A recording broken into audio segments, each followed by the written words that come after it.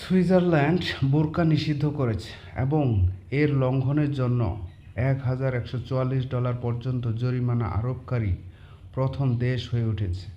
হ্যাঁ, এটা কোনো কথা? বোরকা নিষিদ্ধ করবে কেন? আরে নিষিদ্ধ করবেন হচ্ছে এই যে ছোট ছোট জামা পইরা যে ঘুরে বেড়ায় এগুলো নিষিদ্ধ করবেন।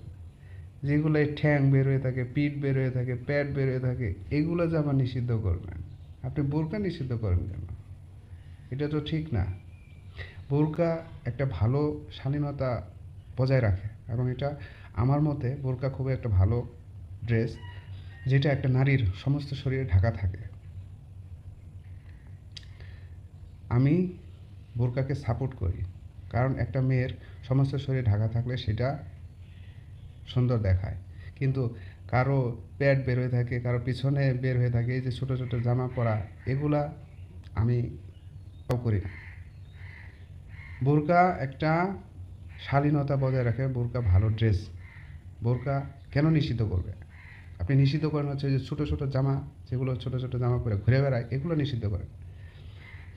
কি কথা বলেন, ঠিক কিনা?